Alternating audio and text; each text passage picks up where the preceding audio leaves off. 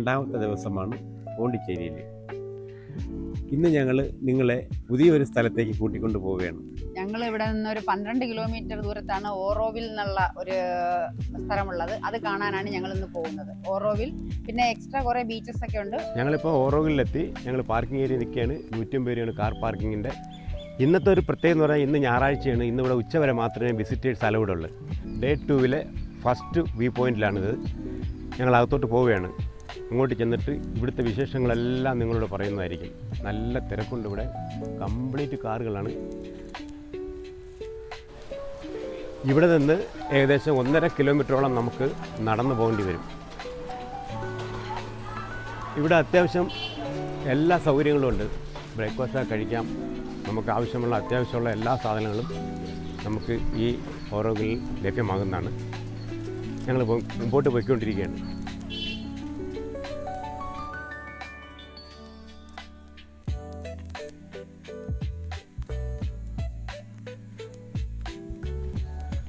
രണ്ട് സൈഡും വനനിബിഡമാണ്. ഇതിൻ്റെ ഒരു പകുതി ഭാഗം വനപ്രദേശമാണ്. ഇതാണ് മീര അൽഫാസ. തൊട്ടടിക്കുന്നതാണ് അരവിന്ദോ ഘോഷ്.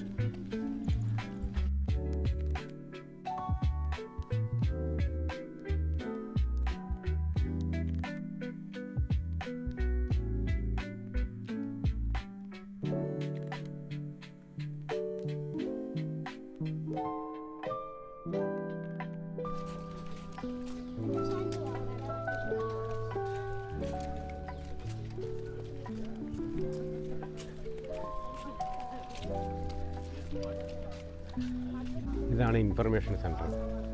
ഇവിടെ നമുക്ക് ഇതിനകത്ത് എന്തൊക്കെയുണ്ട് എന്നുള്ള കാര്യങ്ങൾ വിശദമായിട്ട് ഇവിടെ നിന്ന് നമുക്കൊരു ഇൻട്രൊഡക്ഷൻ അവർ നൽകുന്നത്.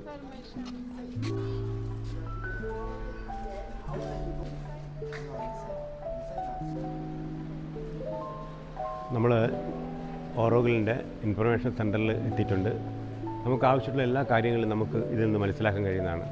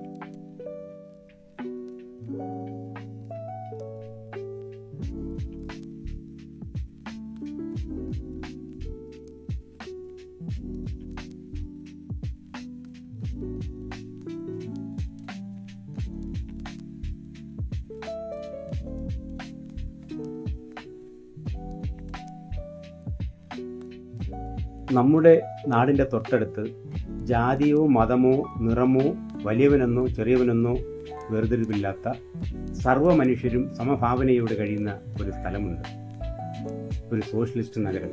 അതാണ് ഓറോവിൽ. 3930 ഏക്കറിൽ പരന്നു കിടക്കുന്നതാണ് ഓറോവിൽ എന്ന പട്ടണം. അതിൻ്റെ നടുഭാഗത്താണ് മാർട്ടി മന്ദിർ സ്ഥിതി ചെയ്യുന്നത്. അത് dome ആകൃതിയിലാണ്.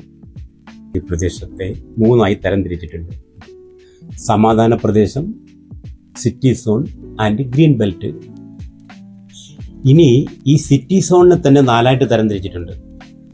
Industrial zone, cultural zone, international zone, residential zone. 3930 acre വ്യാപിച്ചു കിടക്കുന്ന വരണ്ട ഭൂമിയിൽ ആദ്യം എത്തിയത് 300 വിദേശികളായിരുന്നു. 1950 സ്വാമി അരവിന്ദോ ഘോഷിന്റെ മരണശേഷം അദ്ദേഹത്തിന്റെ സഹയാത്രിയായിരുന്ന മീര അൽഫാൻസ എന്ന വനിതയ്ക്ക് ഓറോവിൽ എന്ന ആശയം ഉടലെടുക്കുകയും റോജർ ആഞ്ചറ എന്ന ആർക്കിടെക്റ്റിന്റെ സഹായത്തോടുകൂടി 1968 ഓറോവിൽ സ്ഥാപിച്ചു. 124 രാജ്യങ്ങളുടെയും 24 ഇന്ത്യൻ സംസ്ഥാനങ്ങളുടെയും മണ്ണ് ഉൾക്കൊള്ളുന്ന ഒരു ആംഫി തിയേറ്റർ ഇവിടെയുണ്ട്. ഇവിടുത്തെ മറ്റൊരു സവിശേഷത എന്ന് പറയുന്നത് ഈ പട്ടണത്തിൽ ആരാധനാലയങ്ങളോ ബിവറേജസ് ഔട്ട്ലെറ്റോ പോലീസ് സ്റ്റേഷനോ കോടതിയോ ഒന്നുമില്ല. കറൻസി എന്ന സമ്പ്രദായമേ ഇല്ല. ഇവിടെ ഓരോ കാർഡാണ് ഉപയോഗിക്കുന്നത്. ഓറോവിൽ എന്ന പട്ടണത്തിലേക്ക് എത്തിച്ചേരാൻ വേണ്ടി ചെന്നൈയിൽ നിന്ന് 150 കിലോമീറ്ററും വിഴുപ്പുറം ജില്ലയിൽ നിന്ന് 50 കിലോമീറ്ററും പോണ്ടിച്ചേരിയിൽ നിന്ന് 12 കിലോമീറ്ററുമാണ് ദൂരമുള്ളത്. Welcome to Eden beach. ഇപ്പോൾ ഞങ്ങൾ നിൽക്കുന്നത് എഡൻ ബീച്ചാണ്. ഞങ്ങൾ താമസിക്കുന്നത് പോണ്ടിച്ചേരി സിറ്റിയിലാണ്. അവിടുന്ന് ഒരു 12 കിലോമീറ്റർ ദൂരമുണ്ട് എഡൻ ബീച്ചിലേക്ക്. ഈ സമയം ഭയങ്കരമായ തിരക്കാണ്. കാരണം എന്ന് പറഞ്ഞാൽ ഈ ആൽമോസ്റ്റ് ഈ അവധി ദിവസം ആയതുകൊണ്ടാണ് എന്തോ ഇവിടെ വണ്ടി പാർക്ക് ചെയ്യാൻ പോലും സ്ഥലമില്ല. വളരെ മനോഹരമായ ഒരു കാഴ്ചയായിരിക്കും ഈ ബീച്ചിൻ്റെയും അതിനടുത്തോട് ചേർന്ന ലേക്കും അങ്ങനെ കുറേ കണ്ടൽ കാടുകളും ഒക്കെ ആയിട്ട് വളരെ നല്ലൊരു അറ്റ്മോസ്ഫിയറും നല്ലൊരു അന്തരീക്ഷവുമാണ് ഇവിടെ നമുക്ക് കിട്ടാൻ പോകുന്നതാണ് ഞാൻ പ്രതീക്ഷിച്ചുകൊണ്ട് ഞാൻ അകത്തോട്ട് വരാൻ പോകുന്നത്.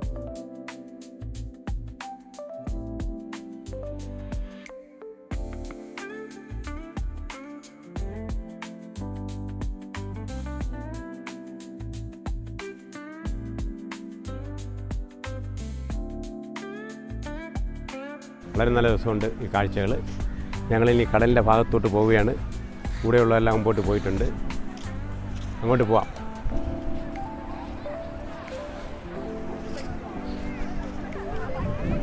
ഒരുപാട് തിരക്കുണ്ടെന്ന് തോന്നുന്നുണ്ട്. 6:30 വരെ ഈ ബീച്ചിൽ എൻട്രി ഉള്ളു ജനങ്ങൾക്ക്, പബ്ലിക്കിന്. ഇവിടെ നിന്നെല്ലാം ആൾക്കാരാണ് ഇവിടെ എത്തിയിരിക്കുന്നത്. മനോഹരമായ സുന്ദരമായ ദൃശ്യക്കാഴ്ചയാണ്. ഈ 6:30 മണി കഴിയുമ്പോൾ ഈ ആൾക്കാരെല്ലാം കൂടെ എങ്ങനെ അവർ ഇവിടെ ഇറക്കി വിടും, അതാണ് ഞാൻ ചിന്തിക്കുന്നത്. 6:30 വരെ ഇവിടെ എൻട്രി ഉണ്ടെന്നാണ് പറയുന്നത്. എന്തായാലും അങ്ങോട്ട് പോവാം.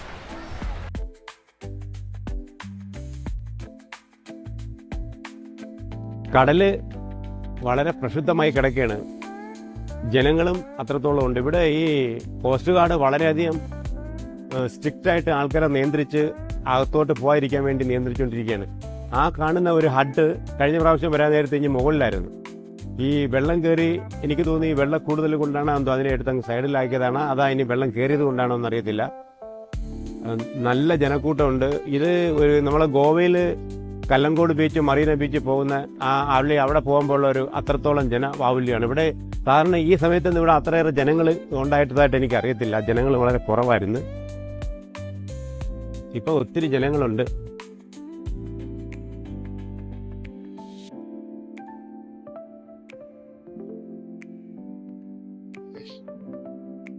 ആകാശ കാഴ്ചകൾ അതും നല്ല മനോഹരമായിട്ടുണ്ട്. എന്തോ അത് നോക്ക്.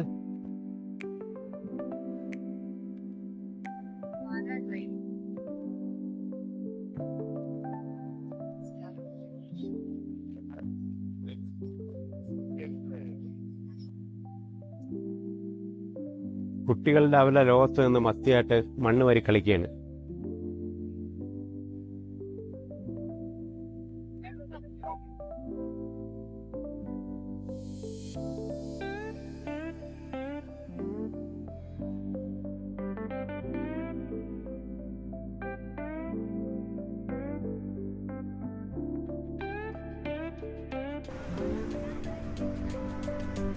ഇത് ലൈഫ് ഗാർഡിന് വേണ്ടിയുള്ളതാണ്. നേരത്തെ പബ്ലിക്കിന് വേണ്ടിയിട്ടുണ്ടായിരുന്നു, പക്ഷേ ഇപ്പോൾ ഇത് ലൈഫ് ഗാർഡ് മാത്രം ഉപയോഗിക്കുന്നത്.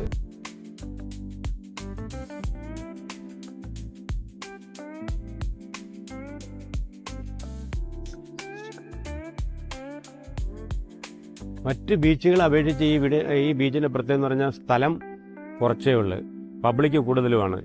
കടലിലോട്ട് ആരെയും വിടുന്നതുമില്ല.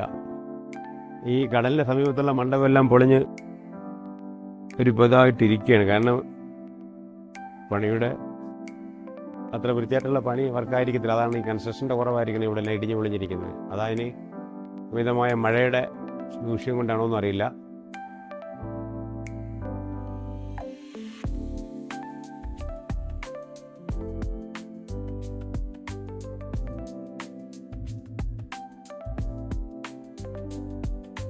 ഇത് അരിപ്പുട്ടാണ്, ഇത് റബ്ബർ പുട്ട്, ഇത് ഗോതമ്പ് പുട്ട്, ഇത് പച്ചരിപ്പുട്ട്.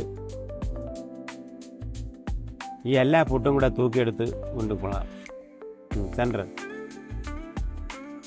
ഇത് കാണാം. ഈ പുട്ട് മേടിക്കാൻ ഒരു ചേട്ടൻ വന്നിട്ടുണ്ട്. എല്ലാ പുട്ട് ചേട്ടന്മാർക്കും നൈദ പുട്ട് ഷോപ്പിൻ്റെ വിവരം. നിൽക്കുന്ന ആള്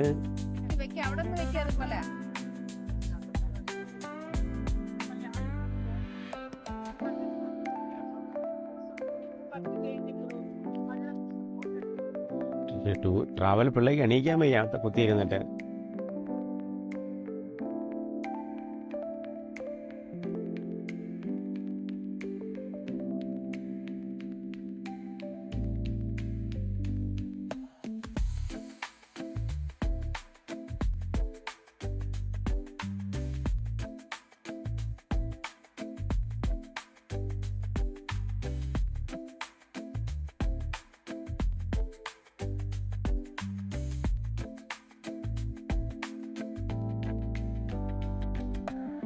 ഇഡൻ ബീച്ചിൻ്റെ സൈഡിലൂടെ വരികയാണ്. ഇവിടെ ഈ കടൽ മീനുകളും മറ്റുമെല്ലാം നന്നായിട്ട് ഇവിടെ നമുക്ക് വാങ്ങാൻ പറ്റും.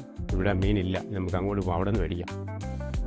അപ്പോൾ ഈ മീനിൻ്റെ വിലയും കാര്യങ്ങളൊക്കെ ചോദിച്ചിട്ട് ഇങ്ങനെ ഒരുപാട് ഷോപ്പുകൾ ഇതിനകത്തുണ്ട്. നമ്മൾ ഈ മറ്റേ മീനില്ലേ, വലിയ മീൻ, ഈ മീൻ എത്ര രൂപയാണ്? ഈ മീൻ അതേപോലെ വില? ഇത് ആ ഇതെൻ്റെ മീൻ്റെ പേരെന്ന് പറഞ്ഞാണ് പാരയല്ലേ. ഇപ്പം നമ്മൾ ഇവിടുന്ന് വാങ്ങി നമ്മൾ അങ്ങ് പോണ്ടിച്ചേരിയിൽ കൊണ്ട് പോകുമ്പോൾ അതുവരെ ഇരിക്കുമോ? വെള്ളങ്കട പാര, നിറയെ പാര ഇരിക്കും അല്ലേ? അപ്പം ഇത് എന്താ മീൻ അമ്മ? ഇത് 2 പീസ് 150, ഇത് 150, ഇത് 250, ഇത് 200.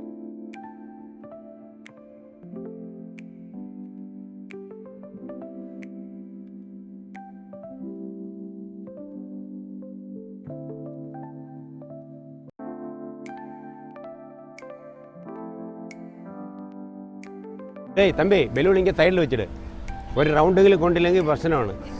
അവൻ ആർമി ക്യാപ്റ്റനാണ് അവൻ.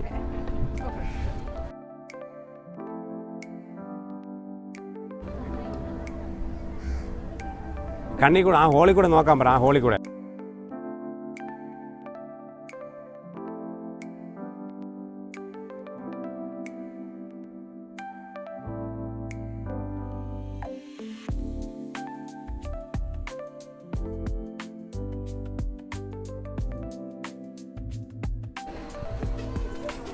കുഴപ്പമില്ല അത്. ഏറ്റവും ചാടുന്ന നൈദൂസാണ്. ആ കൊച്ചിൻ്റെ പുറത്താണ് ഒന്ന് വീണ് കൊടുക്കുന്നുണ്ട്.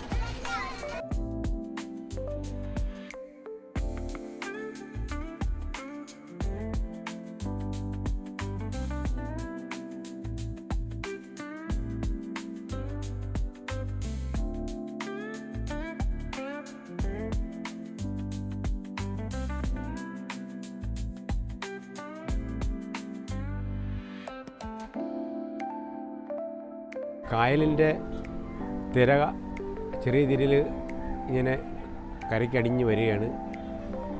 ബ്യൂട്ടിഫുള്ളായിട്ടുള്ള ഒരു അറ്റ്മോസ്ഫിയറാണ് കാണിക്കുന്നത്. തിരയും തീരവുമായിട്ട് കടലും. ഈ വലതു ഭാഗത്ത് കാണുന്നതും കുട്ടികൾ കളിക്കാനുള്ള ഒരു ഗെയിമാണ്. കടലിലേക്കുള്ള എൻട്രി 6:30 മണിയായപ്പോൾ മതിയാക്കി.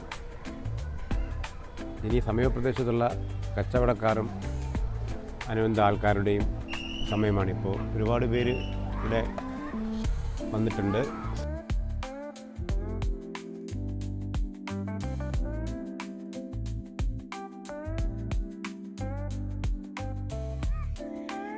ഞങ്ങളിപ്പോൾ പോണ്ടി മറീന ബീച്ചിലെത്തി.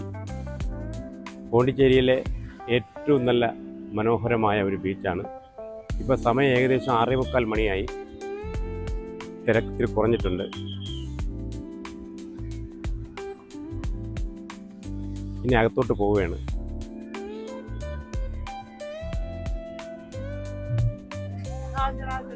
പോണ്ടി മറീന ബീച്ചിലെ കഫേറ്റേരിയയിലേക്ക് കടക്കുകയാണ്.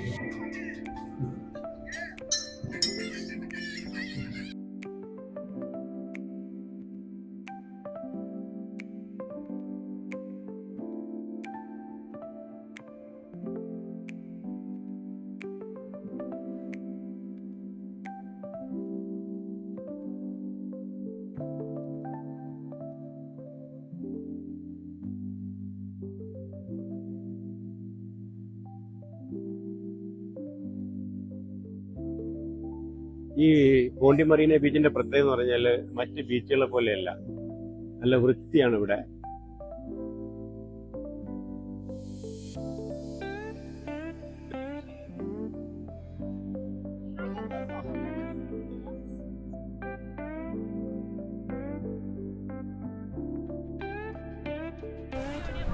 സൺസെറ്റ് ആകാൻ സമയമായി.